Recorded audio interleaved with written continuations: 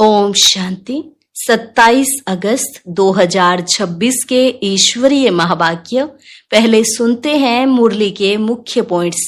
बाबा ने कहा, अभी नई दुनिया का कंस्ट्रक्शन और पुरानी दुनिया का डिस्ट्रक्शन होना है।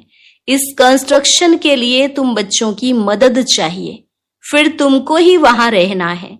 उस नई दुनिया में जाने के लिए पहले तुमको दैवी गुणों वाला देवता बनना पड़े। यह अच्छी रीति समझना चाहिए कि इस मृत्यु लोक में हमारा अंतिम जन्म है।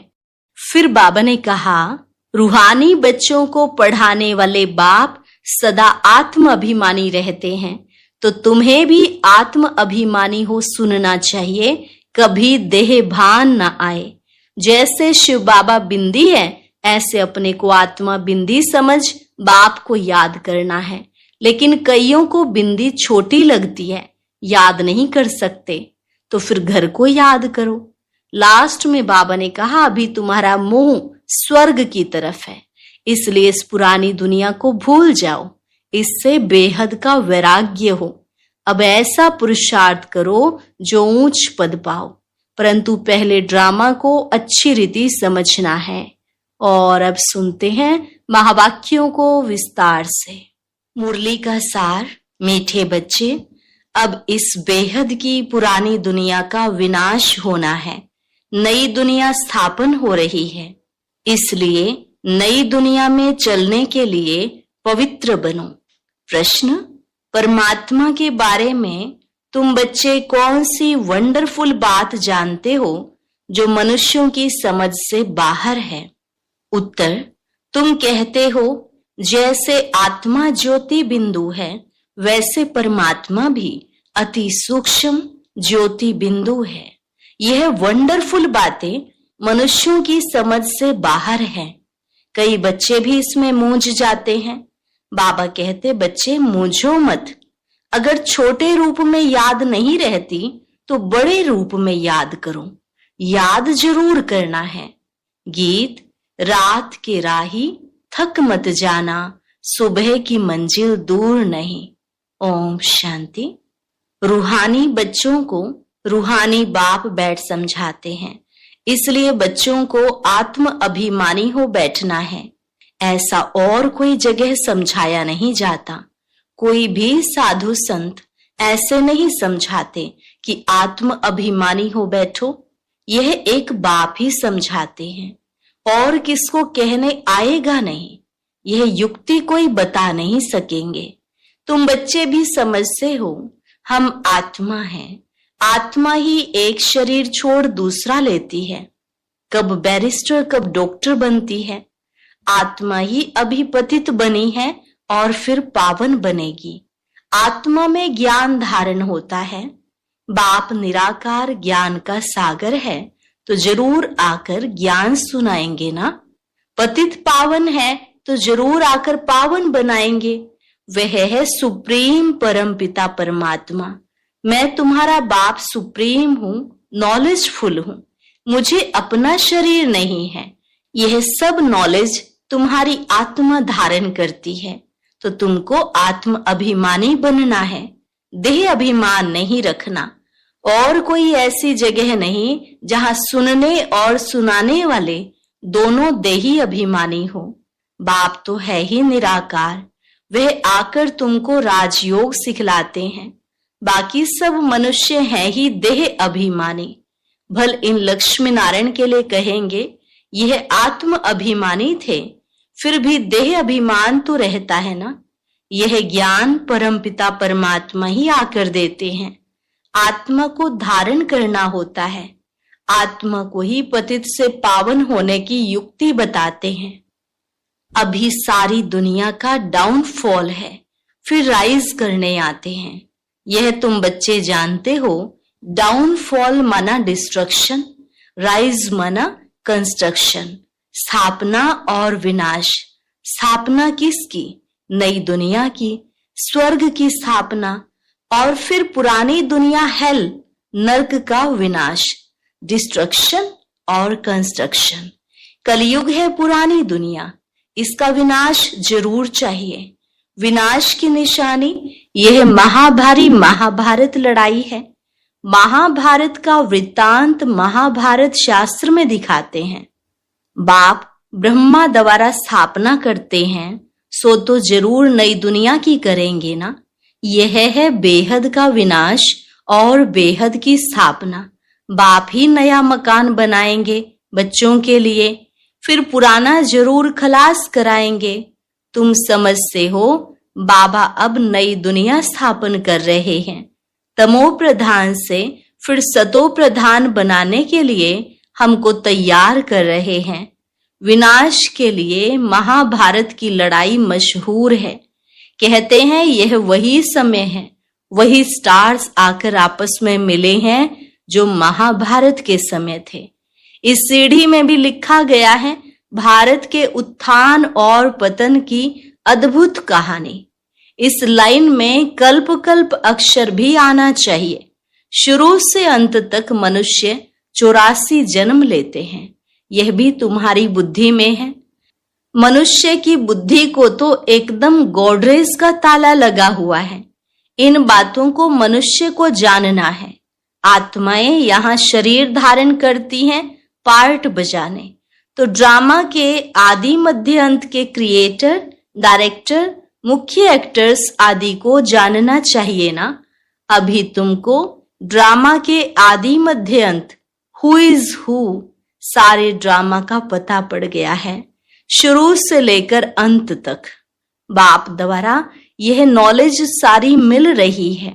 सृष्टि चक्र कैसे फिरता है, इनको कहा जाता है रूहानी नॉलेज।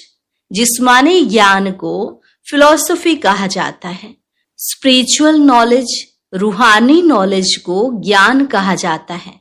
अब यह सब बातें बच्चों की बुद्धि में बैठाई है। बच्चे जानते हैं अब 84 जन्मों का नाटक पूरा होता है। अभी हम वापस जाते हैं, परंतु पतित कोई वापस जा न सके। नहीं तो इतने जप तप तीर्थ आदि क्यों करते हैं? पवित्र बनने के लिए ही गंगा स्नान करने जाते हैं, परंतु उससे कोई पावन तो बन नहीं सकते, इसलिए वापस कोई जा नहीं सकते। गपोड़े तो बहुत लगाते हैं कि फलाना पार निर्वाण धाम गया, ज्योति ज्योत समाया। बाप ने समझाया है वापस कोई जाता नहीं है, सब एक्टर्स यहाँ ही हैं। अभी नाटक पूरा होता है तो सभी स्टेज पर खड़े हुए हैं। अभी सब यहाँ मौजूद हैं। मनुष्यों को पता नहीं कि बौद्धिक क्रिश्चियन आदि कहाँ हैं। तुम समझते हो जो सब आत्माएं ऊपर से यहाँ आई हैं वे सब इस समय तमो प्रधान हैं। तमो प्रधान से सतो प्रधान कल्प पहले भी बने थे। बाप ही आकर स्थापना विनाश कराते हैं। कहते भी हैं यह ज्ञान राजाओं का राजा बनाने वाला है। यह बेहद के बाप ने कहा है कि मैं तुमको राजाओं का राजा बनाता हूँ। श्री कृष्ण तो स्थापना नहीं कराते, क्रिएटर बाप है। बाप ही आकर समझाते हैं कि तुम मुझे बुलाते ही तब हो जबकि सृष्टि पतित है। ऐसे नहीं कि मैं नई सृष्टि रचता हूँ, जैसे दिखाते हैं प्रलय हुई, यह सब रॉन्ग है। मनुष्य बुलाते ही हैं कि हे पतित पावन आओ, तो जरूर पतित दुनिया में आएंगे ना। बाप ही आकर श्री कृष्णपुरी का साक्षात्कार कराते हैं, दिखाते हैं श्री कृष्ण पीपल के पत्ते पर सागर में आया। यह है ठीक बात। नई दुनिया में फर्स्ट श्री कृष्ण ही आते हैं, सागर में नहीं परंतु गर्भ महल में आते हैं। अंगूठा चूसते बड़े आराम से गर्भ महल में रहते हैं। सतयुग में जो भी बच्चे होते हैं गर्भ महल में रहते हैं। उन्होंने गर्भ महल की बात को फिर सागर में पत्ते पर बैठ दिखाया है। वह सब है भक्ति मार्ग की बातें। बाप इन सब शास्त्रों का सार बैठ समझाते हैं। यहाँ गर्भ जेल में रहते हैं, तब कहते हैं हमको बाहर निकालो, फिर हम पाप नहीं करेंगे।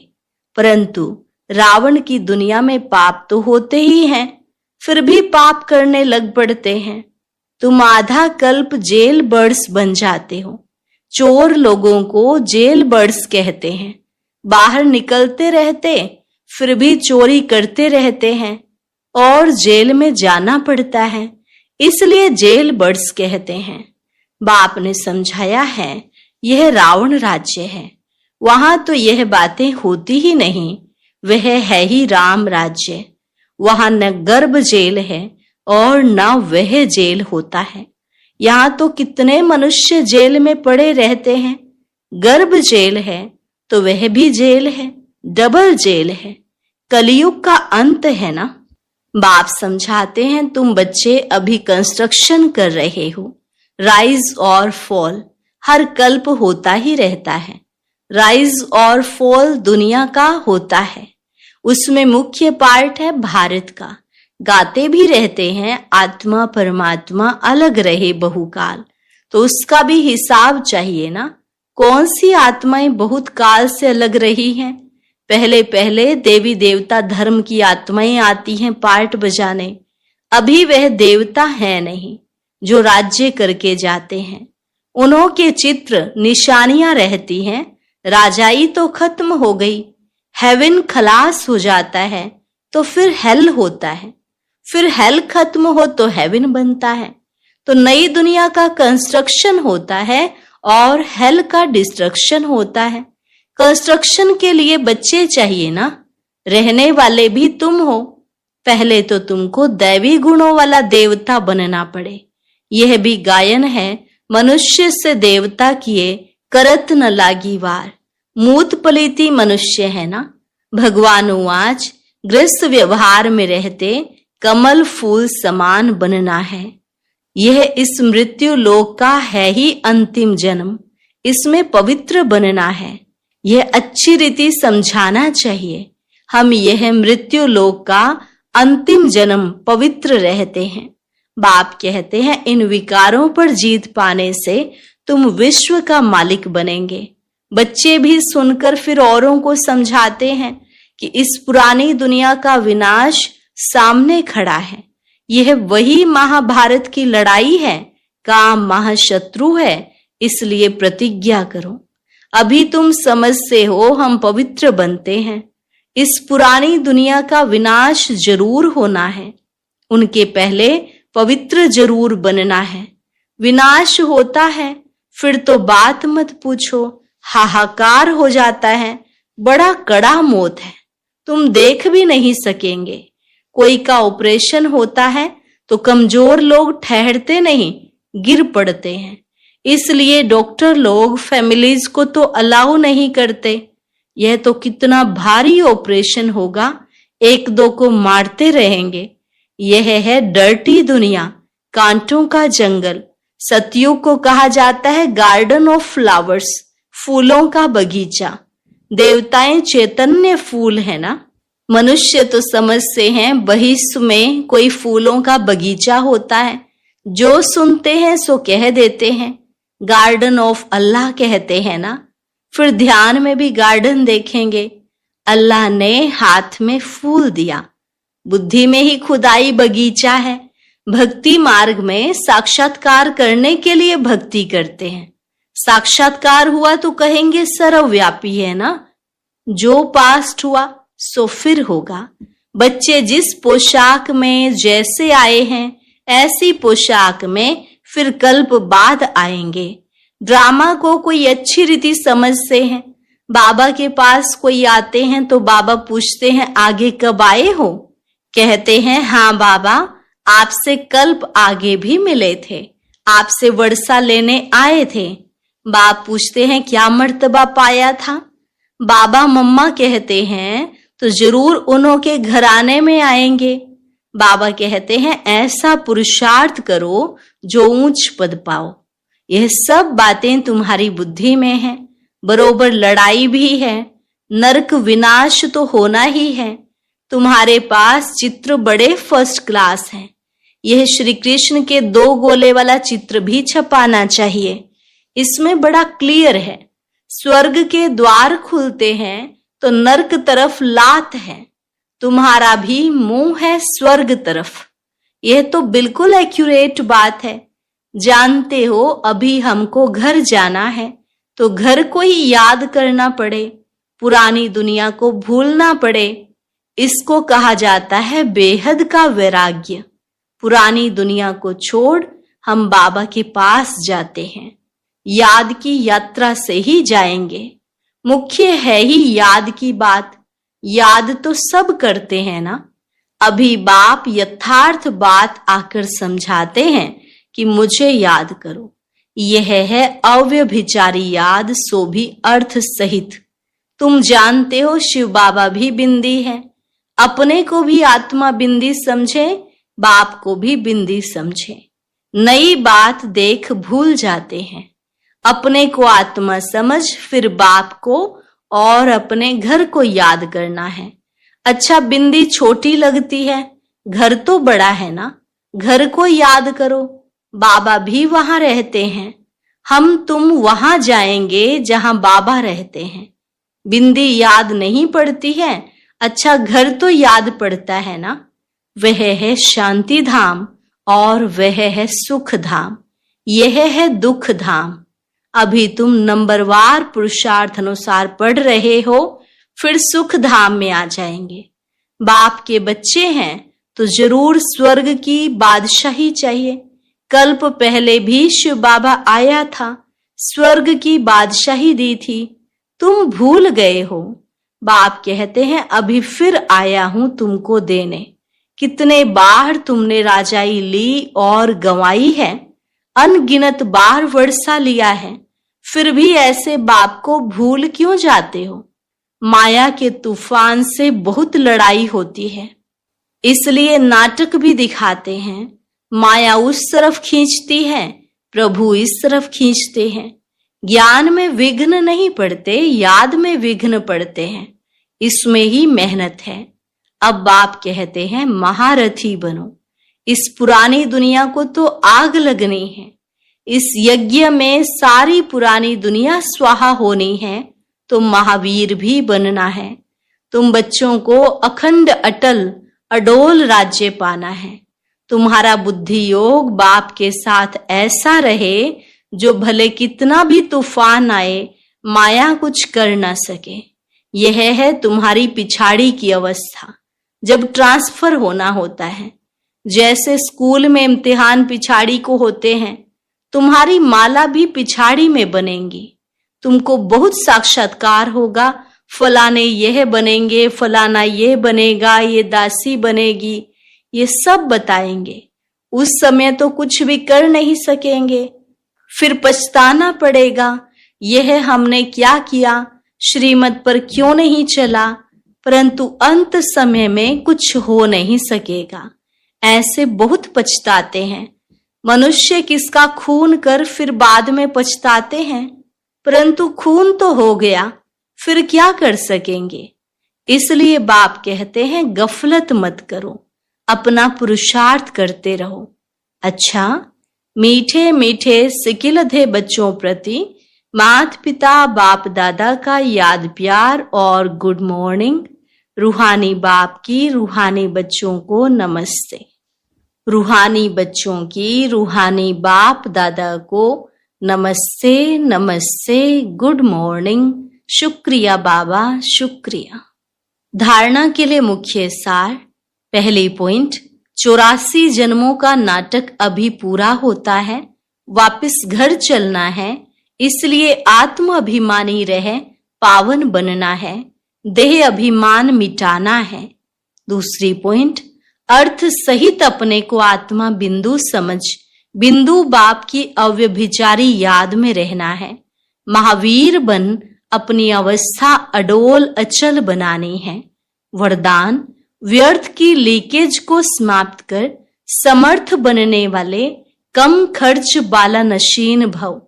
संगम युग पर बाप दादा द्वारा जो भी खजाने मिले हैं, उन सर्व खजानों को व्यर्थ जाने से बचाओ, तो कम खर्च बाला नशीन बन जाएंगे। व्यर्थ से बचाव करना अर्थात समर्थ बनना। जहां समर्थी है वहां व्यर्थ जाए, यह हो नहीं सकता। अगर व्यर्थ की लीकेज है तो कितना भी पुरुषार्थ करो, मेहनत करो, लेकिन शक्तिशाली बन नहीं सकते। इसलिए लीकेज को चेक कर समाप्त करो तो व्यर्थ से समर्थ हो जाएंगे। स्लोगन: प्रवृत्ति में रहते संपूर्ण पवित्र रहना, यही योगी व ज्ञानी तू आत्मा का चैलेंज है। प्रवृत्ति में रहते संपूर्ण पवित्र रहना, यही योगी व ज्ञानी तू आत्मा की चैलेंज है। अव्यक्त इशारे: अपवित्रता के बीज को भी समाप्त कर संपूर्ण स्वच्छ पवित्र बनो। परमात्मा ज्ञान की नवीनता पवित्रता है। फलक से कहते हो ना कि आग कपूस इकट्ठा रहते भी आग नहीं लग सकती। आप लोग भाषणों में भी कहते हो कि पवित्रता के बिना योगी तू आत्मा, ज्ञानी तू आत्मा बन ही नहीं सकते। तो यह चैलेंज अब प्रैक्टिकल रूप में लाओ। अच्छा, आज का